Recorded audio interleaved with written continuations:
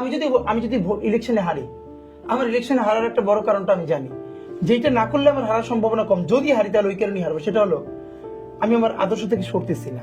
ধরেন এখন আওয়ামী লীগের ভোট ব্যাংকটা নেওয়ার জন্য আমার যেই ধরনের কথা বলা দরকার,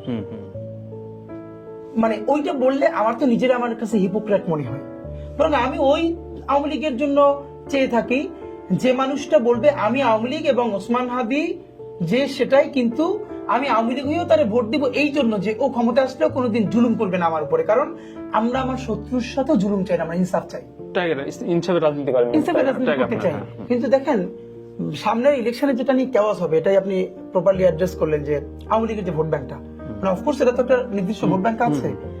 এখন এই ভোট ব্যাংকটাকে খুশি করার জন্য একটা নতুন নির্মাণ, সেটা ধরেন প্রত্যেকটা দলের মধ্যে প্রতিযোগিতা লেগে যাবে, বিএনপি জামাত ইসলামী কে কিভাবে কাকে টানবে। আর এর সাথে যেটা ঘটবে আপনি খেয়াল করেন, ইন্ডিয়া বারবার বলছে যে তারা নির্বাচিত সরকারের সাথে সম্পর্ক করতে চায়। ইন্ডিয়া হয়তো ধরেই নিয়েছে যে নির্বাচিত সরকার বলতে বিএনপি হয়তো ক্ষমতায় আসবে।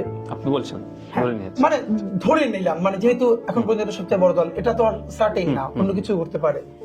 কিন্তু যেটা এখানে ব্যাপার আমি আপনাকে বলি, বাংলাদেশের আওয়ামী লীগের বাইরে আর কোন দল ভিশনারি পলিটিক্স করে না, করে নাই।